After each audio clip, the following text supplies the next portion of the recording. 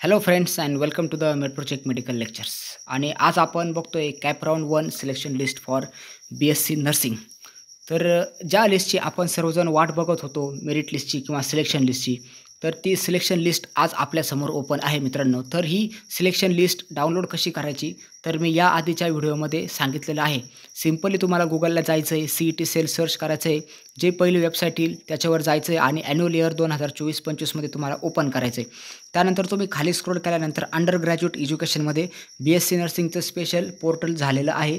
तर त्या पोर्टलमध्ये जाऊन तुम्ही नोटिफिकेशन्समध्ये बघा, तर तुम्हाला नोटिफिकेशन्समध्ये सर्वात पहिली लिंक भेटेल, जिथून तुम्हाला ही PDF डाउनलोड करता येईल. त्यानंतर आता आपण जसं मी मागच्या व्हिडिओमध्ये सांगितलं होतं, की आपली कॅप राऊंडची लिस्ट आल्यावर आपण त्याच्यावर व्हिडिओ करणार आणि त्याच्यामध्ये कुठले कुठले टॉपिक आपण समजून सांगणार. तर आता मित्रांनो, आपण आपल्यासमोर ही लिस्ट ओपन केलेली आहे. तर आता मी तुम्हाला ही लिस्ट थोडी समजून सांगतो आणि याच्यामध्ये काय काय दिलेलं आहे, कशाप्रकारे तुमचं ॲडमिशन झालेलं आहे, तर हे तुम्हाला लगेच इथं समजून जाईल. तर सर्वात पहिले मित्रांनो, इथं आहे सिरियल नंबर. तर सिरियल नंबर आपण सर्वात खाली जर आलो तर 420 पेजेसची ही PDF आहे. तर आपल्याला कळतं आहे की 14,642 विद्यार्थ्यांनी जवळपास चॉईस फिलिंग केलेली होती आणि आपल्याकडं 15,000च्या आसपास मुले रजिस्ट्रेशन करणारे होते.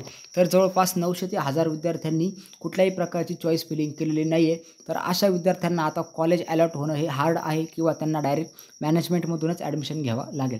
त्यानंतर आता आपण परत पहिल्या पेजवर येऊ आणि आता आपण SML नंबर बघू. तर SML नंबर म्हणजे स्टेट मेरिट लिस्ट, जो तुम्हाला सर्वांना माहिती आहे. त्यानंतर CET फॉर्म नंबर, हा तुमचा वैयक्तिक CET फॉर्म नंबर आहे.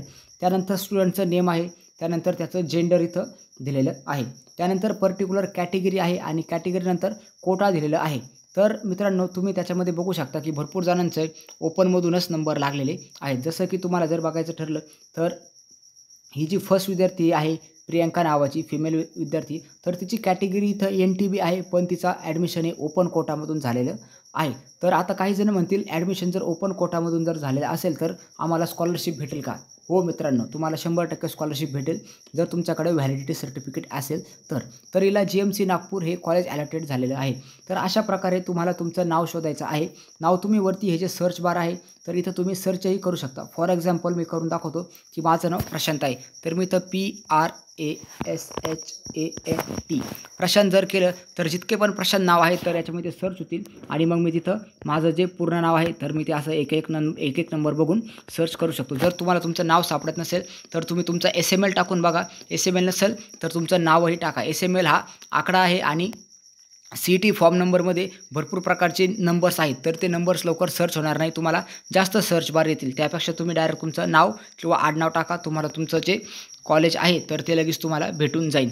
तर त्यानंतर मित्रांनो, आता आपण ही लिस्ट कशी आहे तर ते समजून घेऊ. तुम्हाला नाव कळलं आहे, कॅटेगरी कळली आहे आणि कुठल्या कोटामधून तुमचा नंबर लागला आहे तर हे पण इथं दिसतंय. भरपूर मुलांचे ओपन कोटामधून नंबर का लागले असं तुम्हाला वाटत असेल. तर मित्रांनो, ओपन कोटामधून नंबर लागण्याचं कारण की ओपन कोटासाठी 50% रिझर्वेशन होतं आणि बाकीचे जे कॅटेगरीज आहेत तर कॅटेगरीसाठी फक्त 40% रिझर्वेशन होतं. तर ओपन कोटामधून भरपूर विद्यार्थ्यांचे नंबर लागण्याचं कारण असं आहे की जे कॅटेगरी आहे तर कॅटेगरीमध्ये तुम्हाला एक तुम्ही पेज जर बघितलं तर हार्डली तुम्हाला 1 किंवा 2 विद्यार्थी किंवा तुम्हाला कोणी कॅटेगरीच्या विद्यार्थ्यांमध्ये तुम्हाला इथं नर्सिंगला कोणी ओपनवाल्यांनी कोणी रजिस्ट्रेशन केलेलं पण दिसत नाही आणि कोणी चॉईस फिलिंग केलेली पण दिसत नाही. आता आपण 4-5 पेजेस खाली आलो आहे तर सर्वांचं OBC, SCBC, SC सगळे कॅटेगरीवाले दिसत आहेत. त्यामुळे भरपूर विद्यार्थ्यांना ओपन कॅटेगरीच्या सीट्स भेटलेल्या आहेत. आता तुम्हाला नेक्स्ट काय आहे की कॉलेज कोड आणि तुमचं कॉलेजचं नाव इथं दिलेलं आहे. तर अशा प्रकारे तुम्हाला ही लिस्ट बघायची आहे आणि तुमचं जे कॉलेज लागलं आहे तर त्या कॉलेजला तुम्हाला लवकरात लवकर जायचं आहे. जी एंड डेट आहे तर एंड डेटपूर्वी तुम्हाला कॉलेज म्हणजे तुम्हाला कॉलेजला जॉईनिंग करणं आहे मित्रांनो. तर आता याच्याविषयी जे अजून पुढचे आपले काही टॉपिक असणार आहेत तर ते बेटरमेंट असणार आहे, रिटेन्शन असणार आहे. त्यानंतर कॉलेजला जाणं कंपल्सरीच आहे का? हा मित्रांनो, तुम्हाला जर कॉलेज अलॉट झालं आहे तुम्ही ॲडमिशन घ्या अथवा घेऊ नका. तुम्हाला जर काउन्सिलिंग प्रोसेसमध्ये टिकून राहायचं असेल किंवा पुढच्या राऊंडसाठी अपेअर व्हायचं असेल तर मित्रांनो, तुम्हाला 100% त्या कॉलेजला जाणं गरजेचं आहे. अदरवाईज तुमचा नॉट जॉईनिंग आणि ॲडमिशन कॅन्सल होण्याचे चान्सेस आहेत. कारण की जर तुम्ही कॉलेजला जॉईन करत नाही किंवा तिथं जाऊन तुम्ही फिजिकल डॉक्युमेंट व्हेरिफिकेशन करत नाही, तिथे ॲडमिशन फी भरत नाही, तर तोपर्यंत मित्रांनो तुम्हाला नेक्स्ट राऊंडसाठी जाता येणार नाही आहे. म्हणून ज्या विद्यार्थ्यांना कॉलेज भेटलं आहे त्यांचं सर्वात पहिले मी कॉन्ग्रॅच्युलेशन करतो आणि त्यांना सांगतो तुम्हाला ते कॉलेज आवडो अथवा नाही आवडो, तुम्हाला त्या कॉलेजला जाणं गरजेचंच आहे.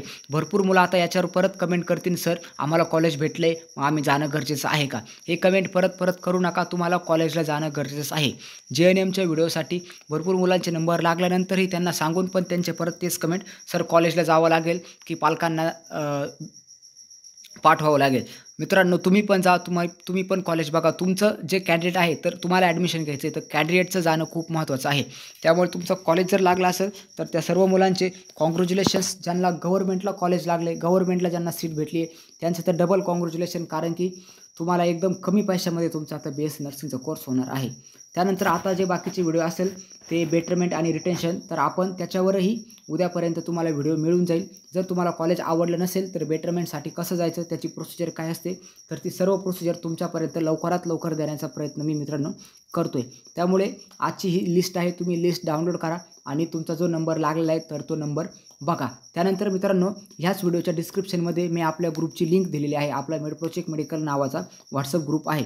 तर तुम्ही त्या व्हॉट्सअप ग्रुपला आजच जॉईन करून टाका.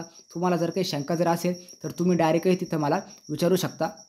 आणि तुम्हाला ग्रुपमध्ये राहिल्याचा दुसरा फायदा असा होईल की आपल्या ग्रुपमध्ये जवळपास 970 ते 980 विद्यार्थी ऑलरेडी आहेत. सगळ्या कॉलेजेसचे म्हणता नाही येणार, पण महाराष्ट्रातले भरपूर कॉलेजेसचे 1-1, 2-2 जरी तुम्हाला कॅन्डिडेट तिथे भेटले, तुम्हाला जो कॉलेज भेटलं आहे तुम्हाला त्या कॉलेजविषयी जर काही जाणायचं असेल तर तुम्ही त्या ग्रुपला तिथे मेसेज करा.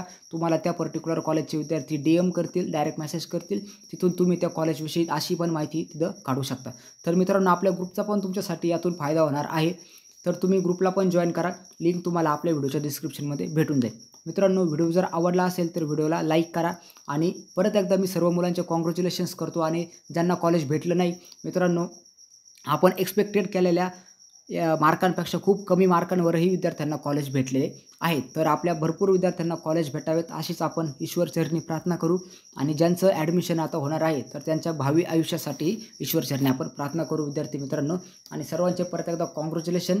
आणि चॅनलला सबस्क्राईब करून जा मित्रांनो आणि आपल्या व्हॉट्सअप ग्रुपला नक्की जॉईन करा, कारण की तिथून तुम्हालाही कॉलेजबद्दल जाणून घेण्यासाठी तिथे तुम्हाला तुमच्या सिनियरचे नंबरही भेटतील.